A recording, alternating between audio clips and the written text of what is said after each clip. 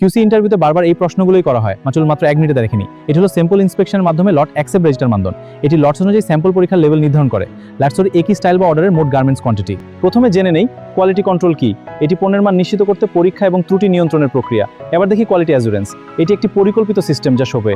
এই দুটি ধারণা মান নিয়ন্ত্রণে গুরুত্বপূর্ণ। চলুন জিএমপি সম্পর্কে জেনে নিই। জিএমপি বা গুড ম্যানুফ্যাকচারিং প্র্যাকটিস হলো নিরাপদ ও মানসম্মত উৎপাদন নিশ্চিত করার নিয়মাবলী। এবার এসপো নিয়ে আলোচনা করি। এসওপি বা নির্দিষ্ট নিয়ম মেনে কাজ করার লিখিত নির্দেশনা। এগুলো মেনে চলা খুবই গুরুত্বপূর্ণ।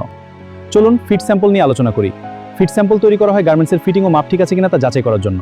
এরপর পিপি স্যাম্পল সম্পর্কে জানি। পিপি বা প্রি প্রোডাকশন স্যাম্পল হলো উৎপাদন শুরুর জন্য তৈরি নমুনা। 7 শিপমেন্ট কি।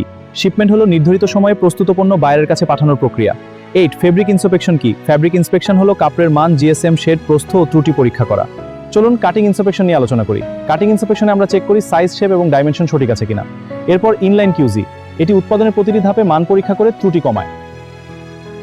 চলুন গার্মেন্টস কৃষি গুরুত্বপূর্ণ একিউএল প্রশ্ন জেনে নিই। একিউএল কি। এটি হলো স্যাম্পল ইন্সপেকশনের মাধ্যমে লট অ্যাকসেপ্ট করে ইজেক্ট করার আর আন্তর্জাতিক শর্টটা প্রক্রিয়া প্ল্যান পাশা ফেল হল বাইরের রিকোয়ারমেন্টের টিফাক্টেম এবং মাইনাস শেয়ার করা হয়।